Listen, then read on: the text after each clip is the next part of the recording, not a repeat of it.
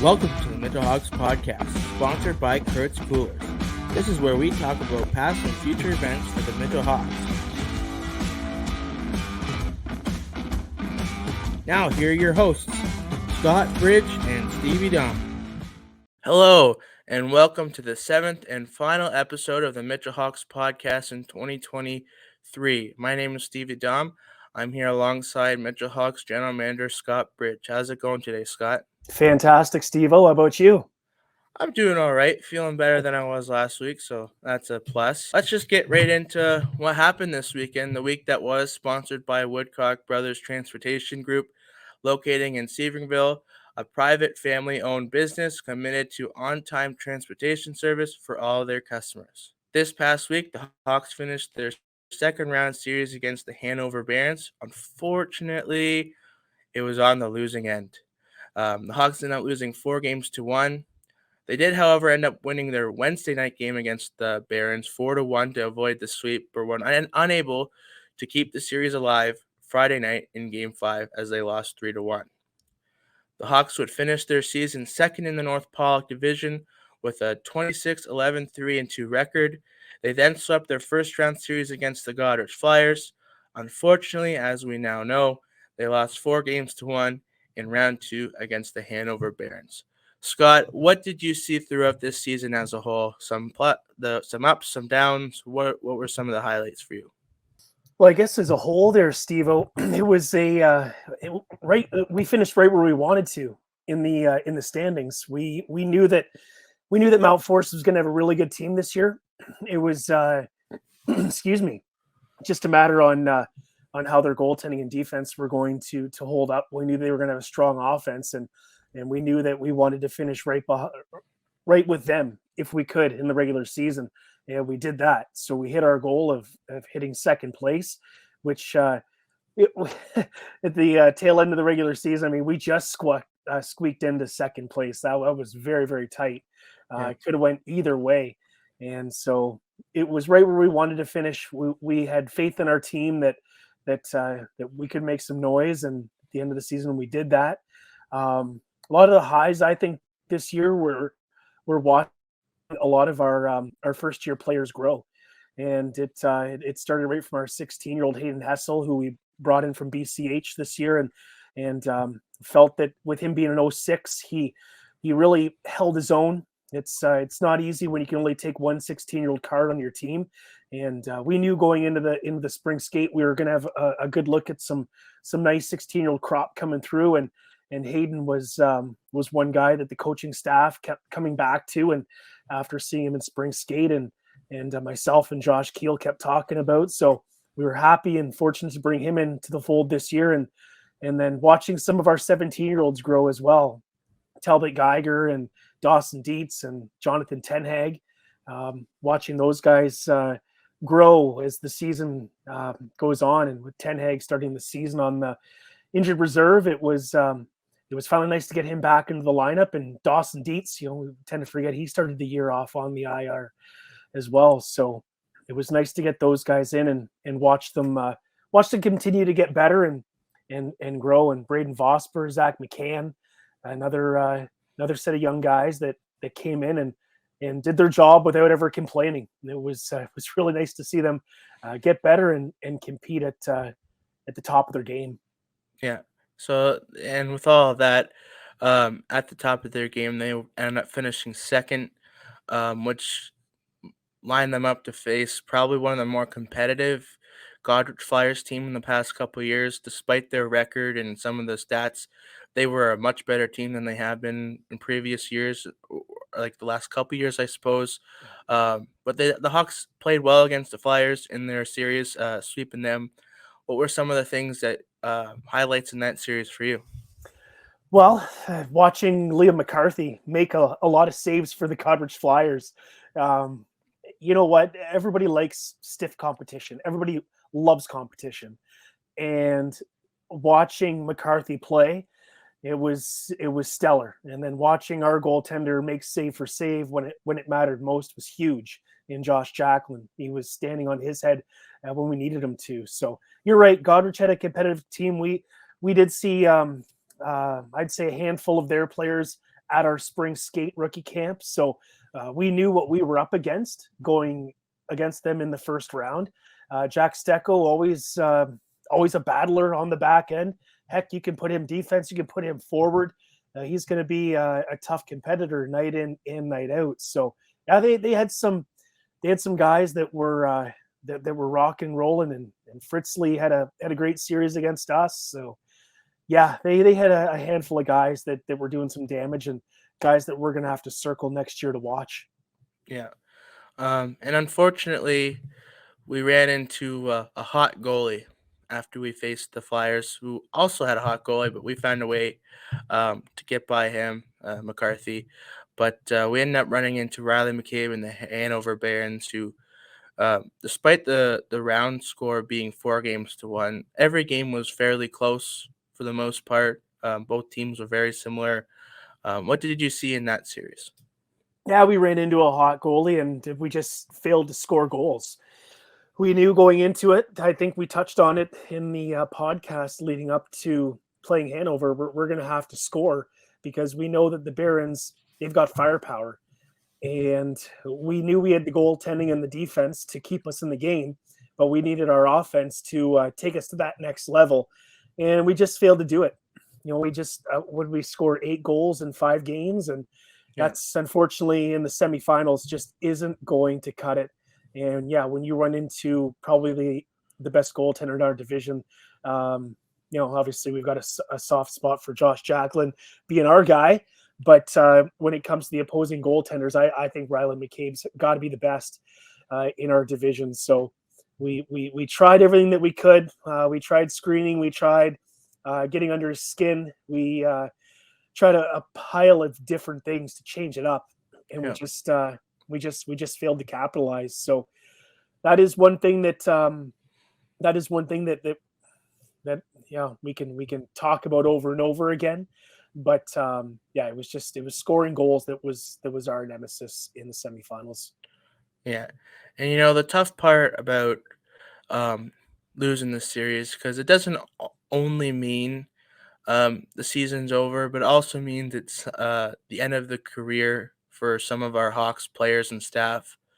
I'm just going to go over a couple of those players and the staff members who are leaving this year, and then we can just give our thoughts about what they meant to this organization while they were here.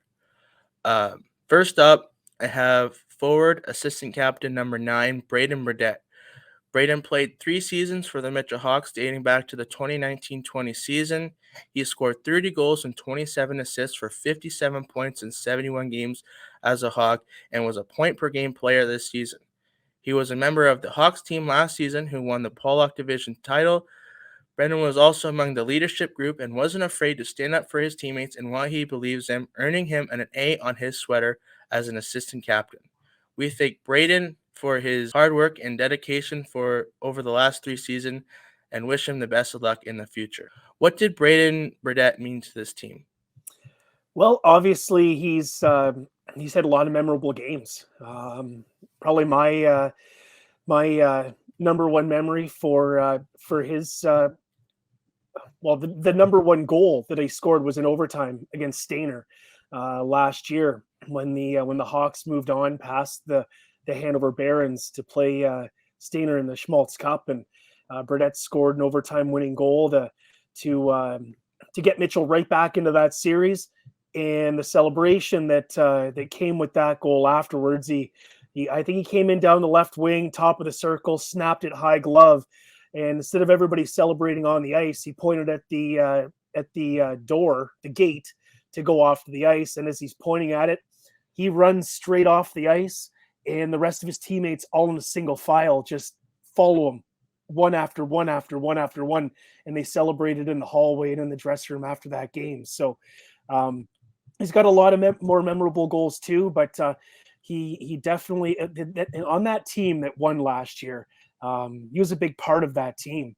We can't forget. Sometimes it's always, what have you done for me lately, and everything like that. But you got to remember, years past, what led to the player that he is now. So I think that goal is probably his most memorable, and it was a huge goal for the Mitchell Hawks. And obviously he's tight with the other OAs on the team, and those guys are a pretty tight knit group with one another, and we're just happy that our overage group and that our leadership group all got along together. Yeah, and you talk about our leadership group in our OAs, which leads us into our second player who's moving on this season. Forward, assistant captain number 19, Tyson Hall. Tyson played 5 seasons with the Mitchell Hawks, dating back to the 2017-18 season. He scored 54 goals and 54 assists for 108 points in 152 games in his Hawks career. He was a member of last season's team, who won the Pollock Division title, and was among the leadership group. He is well liked by his teammates, works hard, and has always been super dedicated to the Hawks, which earned him an assistant captain honors. We thank Tyson for his 5 seasons of hard work and leadership as the Mitchell Hawks. Wish him nothing but the best in the future. Um, Haller was one of the top point getters during his time as the Hawks. What did he mean to this team? A lot, well over 100 points in his junior career.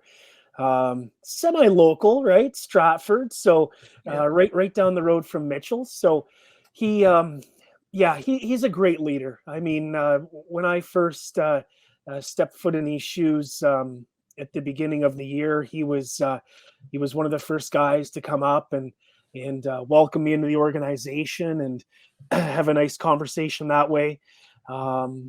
Even through the spring skate leading up to the regular season, he wanted nothing but to be but a Mitchell Hawk, and that was awesome because he was very high on our radar to come back this year, and for him to be present and wanted to be a part of the team meant a lot. So he was always one guy we count on. Big depth, top six forward speed, set of hands, skilled. He's got a great shot, which I know at times the coaching staff were maybe thinking he'd want him to rip those pucks, but he would, he's selfless player and would not, he'd think of other guys first and maybe pass the puck off. But just because he's got such a good shot, you want to see him use it. And so I think he has all the tools to make a great junior player. And the Mitchell Hawks, very fortunate to have him for his junior career. And hopefully he rubbed off on a lot of the young guys coming up in the organization. Yeah, and someone else who I definitely know for a fact has rubbed off on a lot of the younger guys on the defensive core is defenseman assistant captain number 20, Charlie Rankin. Charlie also played 5 seasons as a Mitchell Hawk, dating back to 2017-18. Charlie scored 11 goals and 40 assists for 51 points in 103 games played. Charlie was also part of the team last year who won the Pollock Division title. Charlie was a super hardworking and dedicated to his craft as a defenseman with the Hawks. This, as well as his calming demeanor, earned him an assistant captain honor for the Mitchell Hawks. We thank Charlie for his 5 seasons of dedication and leadership and wish him nothing but the best in the future. What did Charlie Rankin mean to this team, not only on the ice, but off the ice? Well, he's a heart and soul type guy. And I forgot to mention at the beginning, he started the year even banged up too as well. So we were without his services to start the season, and he left a big void on the back end. I mean, obviously we've got a really deep, talented core, and other guys stood up and filled in that gap. But it was a gap that it wasn't easy to fill. And after every home game, I mean, the kids down in the hallway and behind the curtain, they're always asking for Charlie. Can Charlie come out and sign my hat? Can Charlie come out and sign my jersey? Sign my puck? Sign this stick?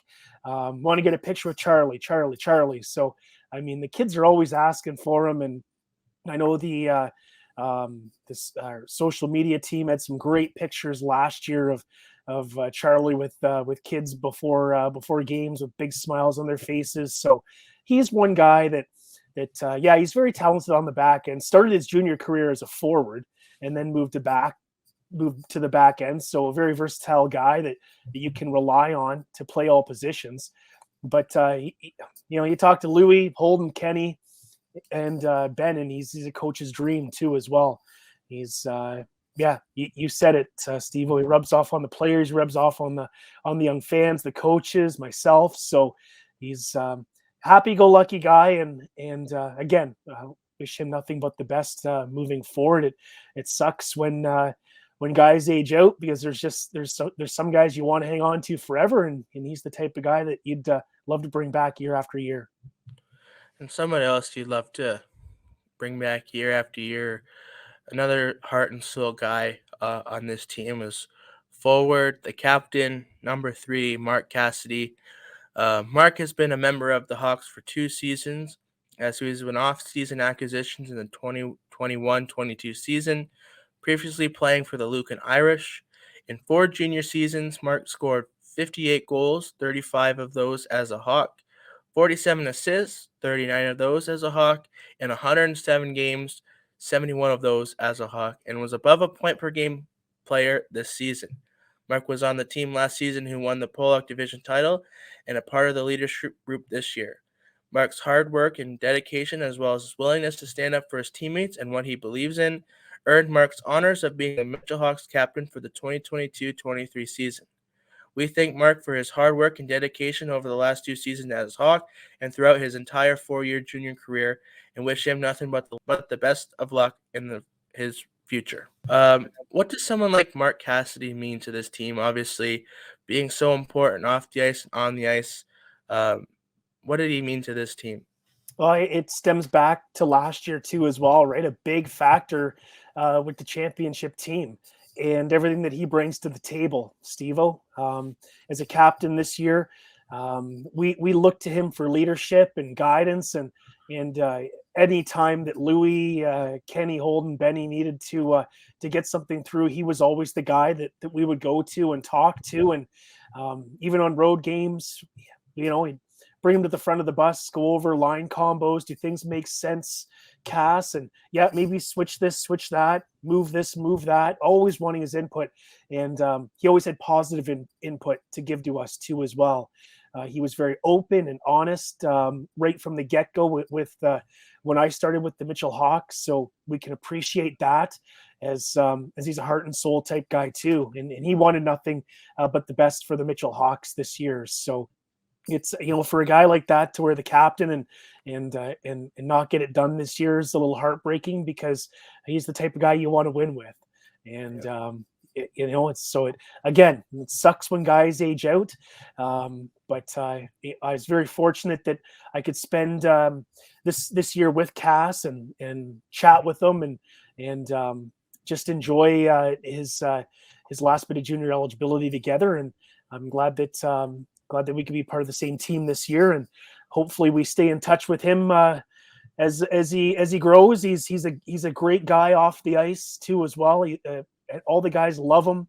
You can definitely tell that they enjoyed hanging out together, and he's just as good as a guy off the ice as he is on the ice. So to Cass, man, thanks for everything this year, and thanks for being the captain of the team. And again, just like Steve-O said, wish you nothing but success. Whether you play senior hockey or whatever route you go, man, you're going to do fantastic. Yeah.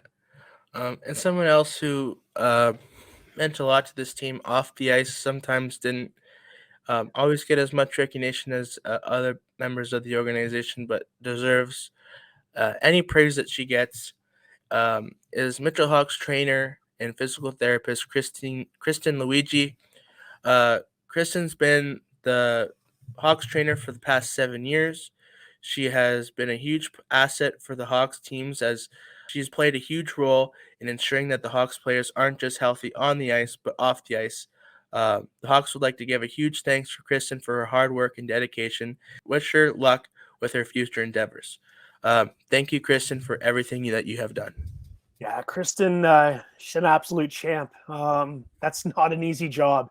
When you're dealing with, we started the year with 25 guys until we had scraped the roster down to 23. We went through 80% of the year without having a healthy roster. We didn't get completely healthy, and we didn't even finish the season healthy. We were never healthy 100% at all not 1 second this season. And so you could just imagine what Kristen's job entitled this year. There was always 2 or 3 guys that needed consistent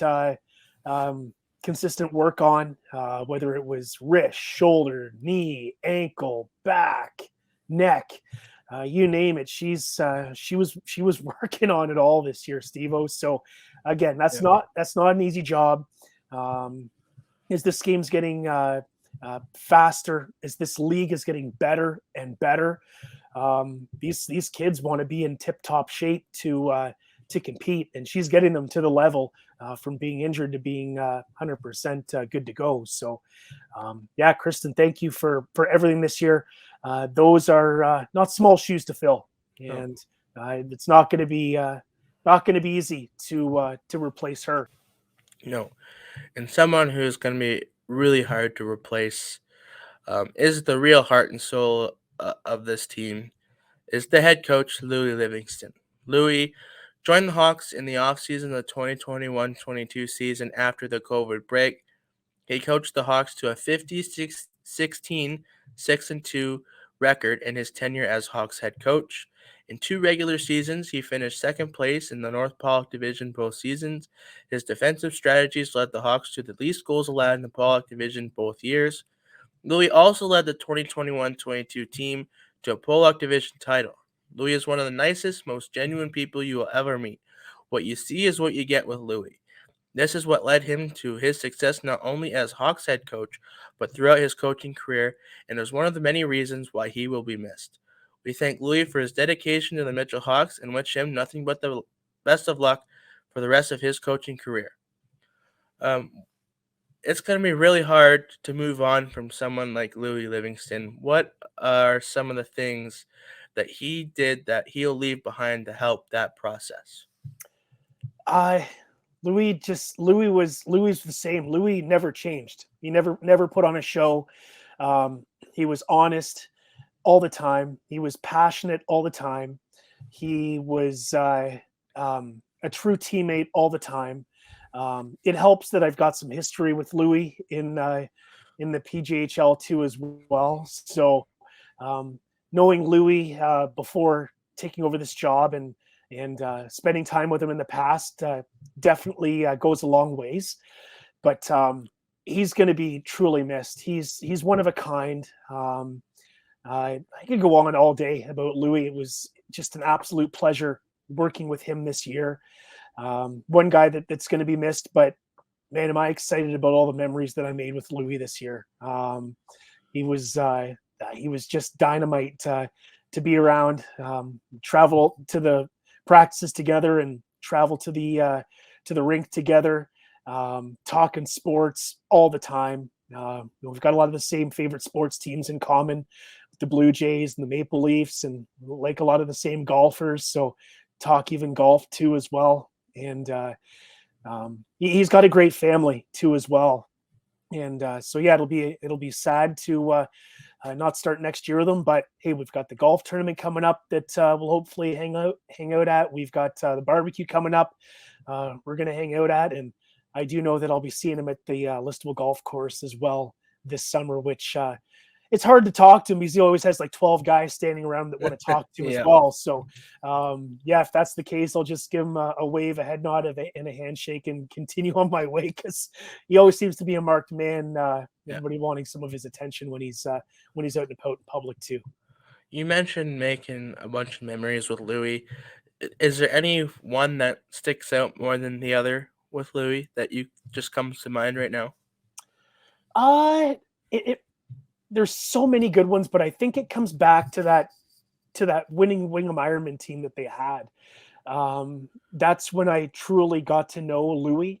Obviously, was good friends with Bill Brown, the late Bill Brown, and really got to know Louie through Bill as they were coaching together, that Wingham Ironman team. But just hanging out with Bill and then having Louie, or maybe it was those two hanging out, it was me just kind of hanging on to their coattails, hanging out before the games and after the games and that. But I guess my favorite memory was just getting to know Louie. And and hearing those hockey stories, and that was almost 10 years ago. So that's probably my favorite memory. And then that long playoff run, watching them win the championship, and then making it to the Schmaltz Cup semifinals, and just how hard he had that team working, and the passion that those players had night in and night out. And it was Bill, and it was Louie, and those guys were definitely the heartbeat, the voice, and everything that team had going for them were those guys leading them in the right direction. So that was a lot of fun to watch. And I already had respect leading up to that point, but the respect afterwards just grew that much more. Yeah. And we can't say enough about these players and staff members, about what they meant to this organization, and they will surely be missed. So, Braden, Tyson, Charlie, Mark, Kristen, and Louie, thank you for all of you done. It will surely be missed, and it will not go forgotten. Anything you'd like to say to all of them before we move on to our next segment of the show? Again, thank you for all the memories, every single one of you. It was an absolute pleasure working with you this year. I won't forget this year with all the memories, and it was great having conversations with all of you throughout the regular season. I know that I learned something from each and every one of you. So thank you very much, and not going to be easy to fill the shoes of any of you when it comes to next year. So shoes will have to be filled, but it's not going to be easy. Yeah. And that will lead us into our second segment of the show, the off-season to come, sponsored by Hoagie's Farm Supplies, located in Broadhagen. Hoagie's is a third-generation family-owned farming supply business serving surround rural communities since 1948. Today, we welcome back a former guest to the show, Cory Broughton. Cory is currently the Mitchell Hawks president.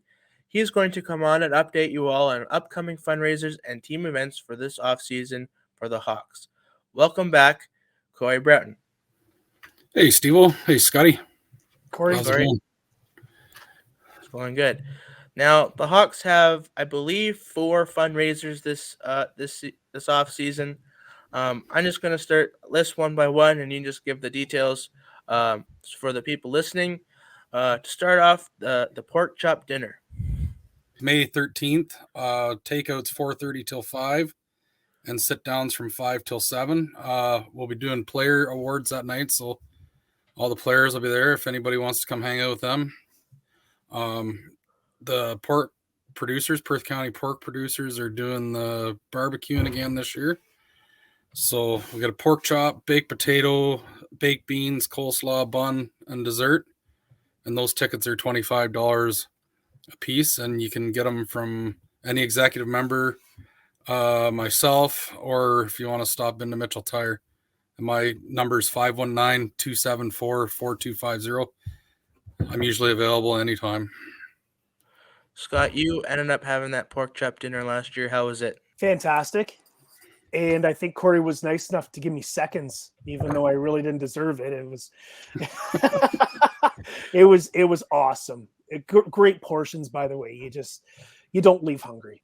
Yeah, I think it was 10-ounce pork chops last year. I think we're gonna do those again. So it was good. Now on to the next event, the spring skate. What's going on with that? I know it's coming up soon in Stratford. What's going on with that? We got the RBC Rankin Stratford on June 7th and June 14th from 8 p.m. till 10 p.m. We appreciate it if you register for that ahead by contacting Scott Bridge. scottbridge@live.com is his email, or text him 519-588-7146, and he'll have all the details for that. So June 7th and 14th in Stratford, 8 till 10. Now, Scott, the spring skate, something that you're very involved in as the general manager. What are some of the things that you have to do to get ready for that? Yeah, well, the biggest thing was reserving that ice well ahead of time. What was it, Cory? About 2 months ago we did that. Yeah, it was hard getting ice last year. I mean, yeah, it was. We obviously would have liked to start it a little bit earlier. Our ideal time would be 7 to 9, but they had nothing, absolutely nothing available until 8. So hey, we'll take what we can get. But the biggest thing was finding the open ice for that, and Stratford's pretty central. It's where we wanted. We're familiar with the rink and the setup there. But yeah, the big thing is right now reaching out to coaches and GMs of the minor levels, AAA, AA, single A, having conversations about certain players and who they think might be able to make the jump next year. Believe it or not, there's other agents out there that I'm talking to right now where players have agents as they're working wanting to go the college route, so looking to maybe get a year of junior in before doing that. So talking to them, anybody's welcome to reach out. We will need a permission to skate form from your minor hockey league club as well. So we'll need that in order for you to come out. So other than that, let me know. We can have the conversation and reserve you a spot. Right on. Now the next event coming up is the AGM meetings. That's on May 13th. What happens there, and what are some of the things that you guys have to do for that? It's actually May 31st, Steve-O. Oh, I for the apologize. My AGM. apologies. Yep, no worries. We just don't want to get people mixed up here on the date. Yeah. It'll start at 7 o'clock. It's a vote year, so president, vice president, secretary, treasurer, and directors, all those positions are available up for grabs. So we're always looking for executive members to help out. So if you're interested in joining the executive, it'd be awesome. You can reach out to me and I can let everybody know you're coming to join the meeting, or if you're interested in one of those positions that are available, let me know and we can. So that's May 31st at 7 p.m. at the Mitchell Arena. So how does someone become a part of the executive or any of those positions? They'll have to come to the meeting, Right. and then somebody will nominate them for whether if it be just to join the executive or maybe they want a different job like treasurer or president or something like that, and they'll get nominated. Somebody will second it, and then they'll vote on it. And if there's two people that want the same job, then they do a confidential vote. And usually Andy Bader's there, and he usually does the counting if that's the case. So. And the final event during the off season will be the golf tournament. I know previously you said it was sold out. Is that still the case, or what's going on with the golf tournament? Yeah, it's sold out. 48 teams. Got a wait list now. So yeah, it's crazy. It's crazy how fast it fills up. Like I think this year was like a couple hours and it was done. Like it's July 8th at the Mitchell Golf and Country Club. It's $100 for a non-member and $80 for a member to play in it per player. We have whole sponsorship available for $150. We'll get a sign made with your business logo on it and Hawks logo, and we'll put it at the golf course there. And those are for $150. And we will, if you want to do that, just let me know. And we can hook you up with that, get that looked after too. So it's a great event. Like it's our biggest fundraiser and everybody has a great day at it. So. And there's a lot that goes into that too. Like last year you had the hole-in-one sponsor for the vehicle. You had we had a hole-in-one for 25,000, I think it was, and then another hole-in-one for a vehicle from Perth County Chrysler, and then Cody Matthews, IG Wealth Management, did the $25,000 hole-in-one. Yep. And it's fun. Like you got the putting challenge and the longest drive for men and ladies, and we got on-course lunch, a couple sausage dogs and some snacks, chips, and it's good. This community support's amazing for it. Is there any other events going on this off season that are coming up, or anything else the Hawks are doing before the next season? We're in early talks of maybe doing an elimination draw at our ribbon tail dinner. It's in November though, so it's a bit of way away, but a little bit of discussion on what we can do to raise more funds, because as everybody knows, the cost of everything's going up, and it's hard to run things whenever cost keeps rising on you. Yeah, for sure. We just, before you came on, we were talking about some of the players and members of the organization moving on. Is there anything that you would like to add to what we were saying to them? Well, I would like to thank every one of them for being part of the Hawks organization. Every one of them was a huge part of that Pollock Division Championship. Everyone's always friendly.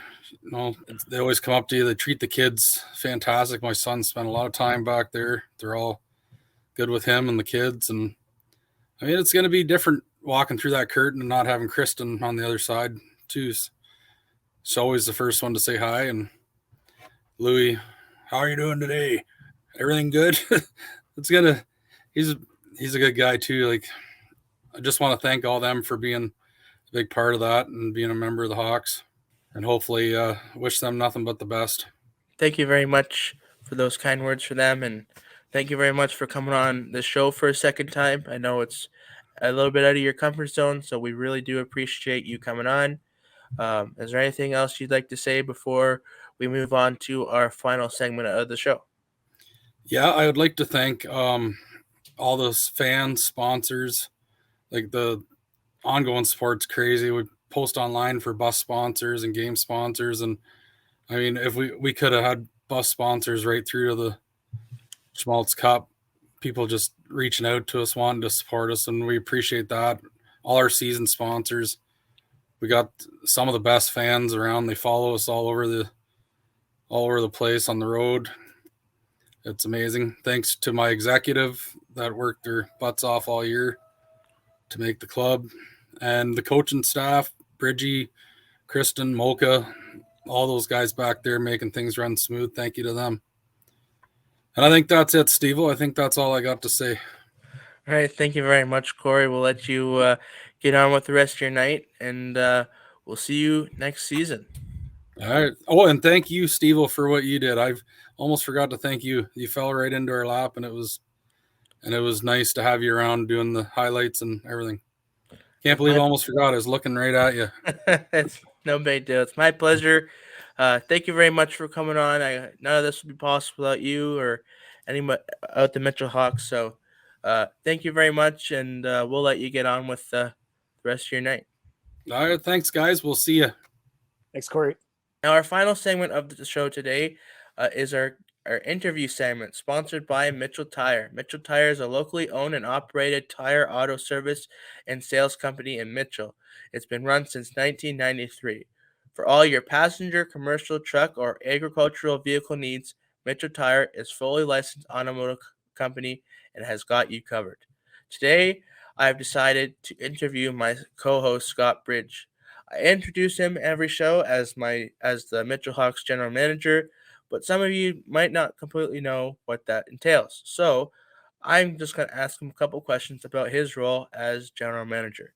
So I suppose we'll get started here, Scott. When did the opportunity to become the Mitchell Hawks general manager first arise? Yeah, I appreciate you doing this there, Steve-O. It's humbling, and I know you had a lot of guys to choose from. So yeah, thanks for asking me to come on and do this. It was about a year ago that Josh Keel gave me the call and wanted to just chit chat about my future in junior hockey. I was with the CKNX team for the last 10 years, color commentary next to Steve Sabrin, following this division, the Pollock division around, and we'd cover different junior team every Friday night, and we mixed in about 2 Cyclone games a month too as well that we would do. So Josh Keel had just approached me and asked if I was happy, and which I said, yeah, very much so. I'm very happy working the hockey games. I get to call hockey and get paid for it, so there's nothing wrong with that. And then he he then approached me with this opportunity. At first, I said, I have to sleep on it. I was very happy with what I was doing, and so we kind of left it for a couple weeks, and then Josh, we're playing golf and just chit chatting, and he says we got to sit down and take this conversation a little more serious. So we did that, and again, I just wasn't sure, just wasn't 100% positive, and I think it was the third time that we sat down. That's when he just brought everything to the table, and what everything entitles, and how we're going to go about business this year, and where he wanted me to just how he just his vision too as well. So like after that, he left my house that night, and so gave me a handshake. I gave him a handshake, and agreed to come on board. So that's kind of how that came to be. It wasn't just an overnight thing. Obviously, it's something you have to take pretty serious, because it's there's a lot of work behind the scenes, and make sure that it's going to work. Obviously, you had to sleep on it a little bit, and it took a little bit of time to come to the final decision to become general manager of the Mitchell Hawks. What was that final straw that convinced you to join as general manager? A lot of it was the staff that I was going to be able to work with. Obviously, working with Josh, I've known Josh for a very long time. So we played hockey together, we golfed together, baseball together. We were pretty much neighbors for a number of years too, as well. So it's working hand in hand with Keelster. There's was pretty much my number one thing for coming on. But then the bonus on top of that, being able to work with guys that in Ben Nelson, and following him his whole junior career, and being able to work with him, Holden Lansing, watched him right from his 16-year-old year and graduating as a Cyclone, and now working with him, Kenny Jacklin as well, seeing him at the golf course, and being able to work with him. Louie Livingston we've touched on as well, and being able to work with him. So that was the big thing, was just the group that I was going to be surrounded with this year. Yeah. You mentioned before you were with CKNL. So my question is, I guess, what was your initial impressions of the Hawks back then, and what's your impressions of them when you came to join the organization? Yeah, they've always had a competitive team, and they've always had a loyal fan base, and that's one thing that I definitely knew of them for a long time. And then the year before COVID was a rough year, but a lot of exciting moves were made, and bringing in Tyler Parr, and bringing in Malcolm McLeod, Evan Dow, and bringing those guys on board. That was a huge stepping stone for the Mitchell Hawks organization. And then having that run last year to win it all. But even years before that, I mean, you take a look at the players that they had, and Cory Dietz's days when he coached the Mitchell Hawks too. They're always competitive. They always had a fun team on the ice, and always seem to find good goaltenders. So it always had a great relationship with the Hawks, and but the number one thing as well was the fan base. There's some nights where you're Friday night in a home barn, and there's not many butts in the seats, and Mitchell never seemed to have that problem. So that was another thing to take into consideration, is the support from the town, and Cory touched on it. Wouldn't be able to do it without them, and the Hawks always seem to have that support year after year, and we just can't thank them enough for that. Yeah, for sure. The fans here have been phenomenal over the years. For those who don't know, what are some of the things you do on a daily basis as GM? I talk to Josh Keel about hockey every day. Cory as well. Talk to him every day about Cory. Josh and I have our group chat. We're always chatting about things, and league meetings and rules, and how we're going to go about things. And then as well, the coaching staff and myself and Josh have a group chat as well, and we're always chit-chatting every day. There's always something we're chit-chatting about, and always picking each other's brains. So that's one thing that seems to go on a regular basis. There's not many decisions made without input as well. There's a lot of things that are left to the coaches when it comes to line combos and other things like that with the players that Josh and I kind of stay out of. But there's a lot of things that with our decisions that we rely on their input with. So it's a big team effort. I wouldn't say there's one or two things that I'm constantly working on by myself. It's generally a team effort, and no general manager is going to win without a good team behind them. That's for sure. I don't care what anybody says. It's not a one-man show. Yeah. Is there anything that you didn't expect that kind of came up as through this year? Yeah, the biggest thing was when you have to trade a player away. We started off the season with a 25-man roster, and we had to trim it down to 23. That was probably the most difficult time of the year. We obviously had to say goodbye to a lot of really good kids. Trading Declan Jamal was very tough. He's a heart and soul type kid. He wears the Hawks jersey, as proud as anybody could be. First one to show up at practice, one of the last ones to leave. Team guy, everybody loved him. And for us to make some adjustments with to show our loyalty to other players that were with the organization years prior, tough decisions had to be made. Had some great conversations with Declan leading up to his trade to Dorchester, but man, that was tough.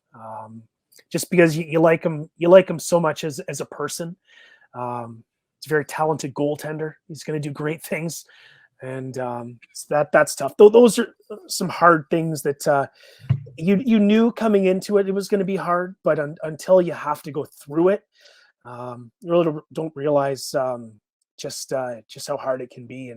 And obviously, Aiden Girard, another defenseman that we signed. He came to our spring camp. We had him in some exhibition games, and he played against us in a few exhibition games as well, leading out of the stretch as other teams were interested in him. And we were really banged up on the back end to start the season off. And he's a guy that we were able to sign at 11:30 at night on a Friday night before we played Saturday because we needed a defenseman, and we were happy to bring him on board. And then just do the numbers again. Had to trade him to Woodstock, and again, it's just having that conversation when they're so humble on the other end and realizing that you're just doing your job and that you're looking out for their best interest at heart too. So, Connor Lockhart again this year, kid that ran into injury problems, and we had to cut the roster down to 23. He's one guy that we want him to be a part of the team. He's a big body. He gets along well with all his teammates. And again, he's just one guy that works hard, and coaches really like him, and I liked him. And unfortunately, injuries just played a big part in his year, and he just wasn't able to get healthy. So we were able to keep him on an AP card and at least bring him out to practices, but his knee just wasn't good enough to continue. So I mean, just making those decisions tough. You'd love for everybody to be part of the team, and all those three guys I mentioned, and it's tough when you have to make those decisions. And as a GM, it's having other conversations with other GMs throughout the league. I mean, they share the same stories too, and what they've had to go through as well. So it's not easy, but it's stuff that just has to get done. Yeah, and I guess those are some of the, I wouldn't say negative sides, but not fun sides of hockey, the business side, I guess. What were some of the things then that you did enjoy? What were this season? Some of the highlights of being the general manager this season? Yeah, it has to start right from the spring skate last year and diving in, working with our coaching staff and Josh. It was a fun spring. We had a great turnout. We had 40 kids come out to the spring skate, and that was my first job when it came to being the GM. Was reaching out again to those AAA clubs, AA clubs, single A clubs, the your listable minor hockey, your BCH, and St. Mary's, and getting kids out. So the fact that we had 40 out was I was pretty thankful for that. There's a lot of emails, a lot of phone calls, and a lot of follow-up emails and phone calls made to get kids out, and players that we signed. So that was a lot of fun.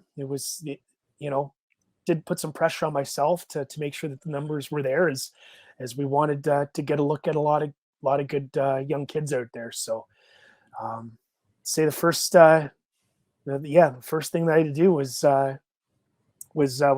pretty stressful there. But again, it comes down to the help and the team around you. Josh was a big help with that, and the other coaches were as well. They had some input on some kids to bring in, and I was thankful that they did. Right, and I drilled you with questions for weeks, including this last segment. Is there anything that you have for me before we end the show? Yeah, if you could just explain to the audience out there what it is you're going through school for, and kind of what it all entitles, and how you got involved with the Mitchell Hawks. Okay, so I went to Fanshawe College. I guess the logo's right here, for the TV and film broadcasting program.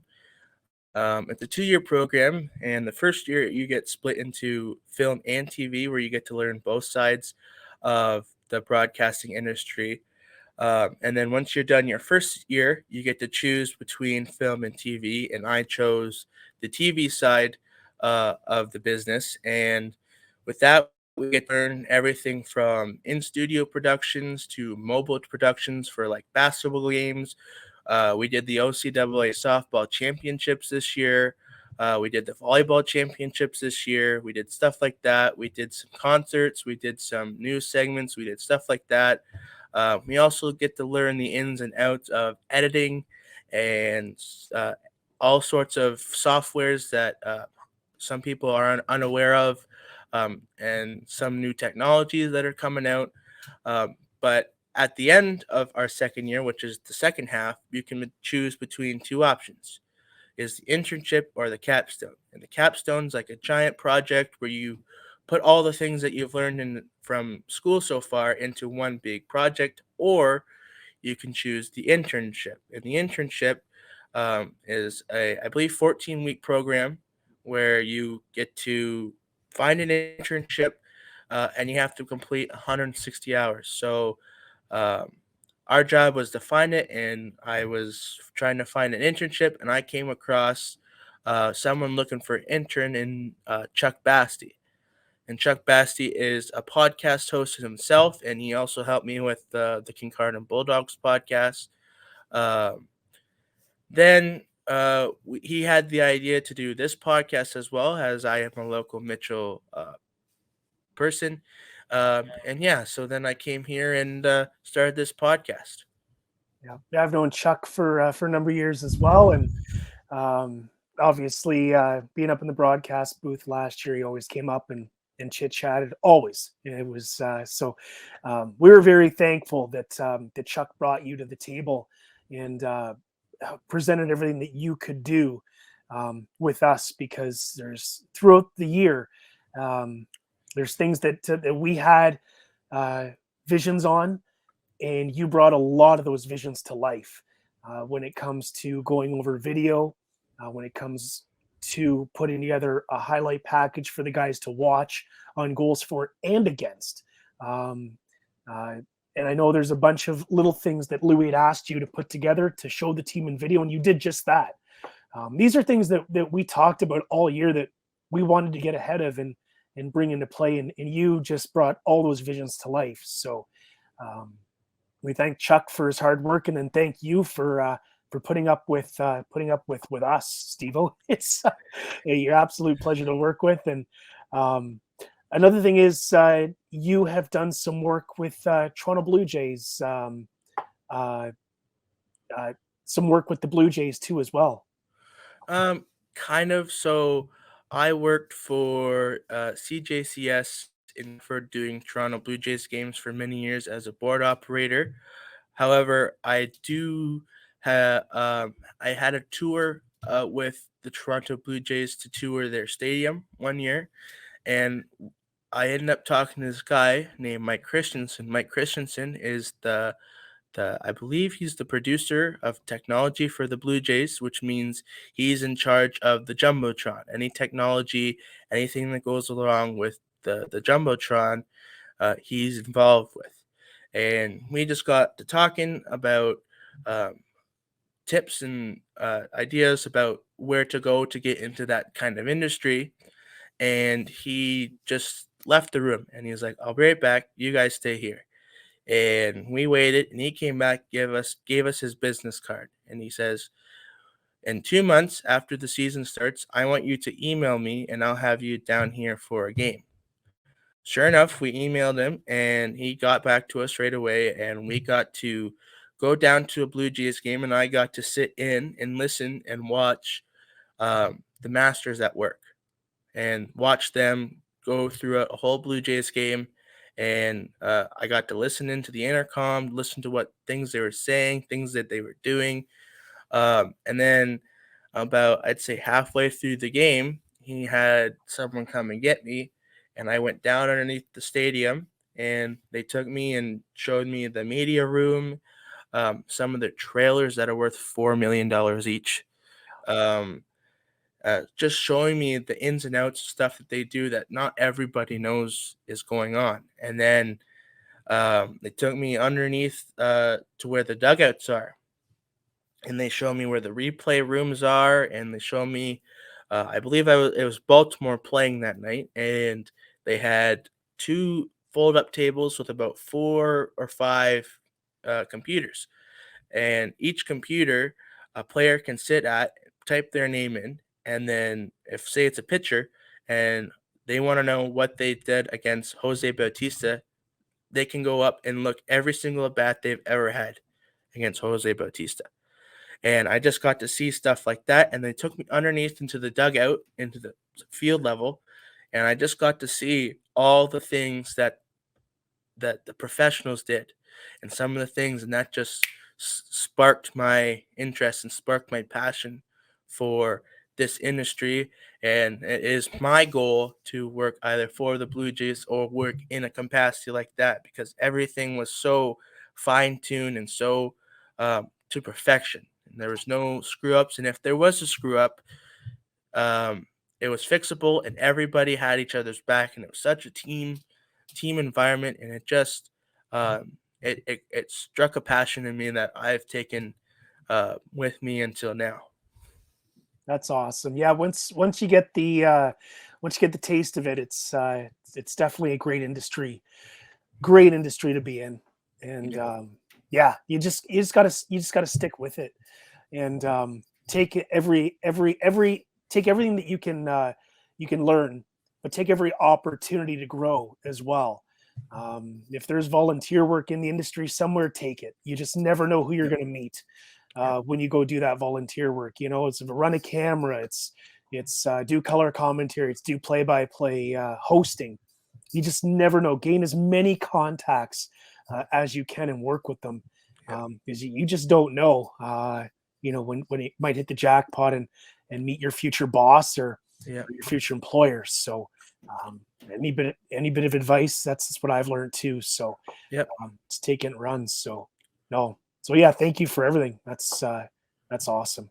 Yeah, and I'll reiterate what you said. It's been so important. I think every single person that I've talked to in this industry, not only in this industry, but in other industries, just in college in general, have all said the same thing. It's all about working hard and getting yourself out there, getting yourself known, doing volunteer stuff, doing this, doing that, which is why I try so hard for stuff like this, where maybe it's really a great opportunity. Who knows if it's going to be a lifetime doing it? Who knows what it's going to lead to? But it's a really great learning experience, and you just have to take those learning experiences and roll with it.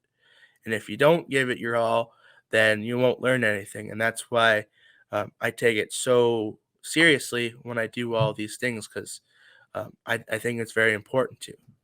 Yeah, and when you make good work, it's easy to watch, Steve-O. It's and you do great work, so it's awesome. We'd love to work with you down the road too as well. Right. I think that will do it for our show today. We hit the hour mark just Yeah. now. Any final remarks before we close off the show for, I suppose, this season? Yeah, just thanks to everybody for making it a memorable one. Yeah. I would like to thank everyone for watching the podcast, not only today's, but for all of them so far. It's been a true pleasure doing these podcasts and highlight reels for you all, for your viewing pleasure. I cannot even put into words how grateful I am for the Mitchell Hawks for giving me the opportunity, as well as the Mitchell Hawks community for being so open and welcome to me and this whole idea. I'd like to thank Scott, who took time each week out of his very busy schedule and away from his family to do these podcasts. Thanks to Chuck Bastie, who came up with the whole idea, because without that, none of this would be happening at all. Thank you to the players and coaches who have welcomed me to this team with only 5 games remaining and letting me do what I do. Thank you to all of the guests we've had on the show: Dawson, Cory, Josh, Mark, Andrew, Louie, for all jumping out of your comfort zone and coming on the podcast, as well as all the other players who we just didn't have enough time to include on the podcast this year. And one last thanks goes out to all of you who have been involved. As mentioned, this is my college internship, and because of all of you, I get to now graduate college. So thank you all very much for watching. Goodbye for now, but not forever.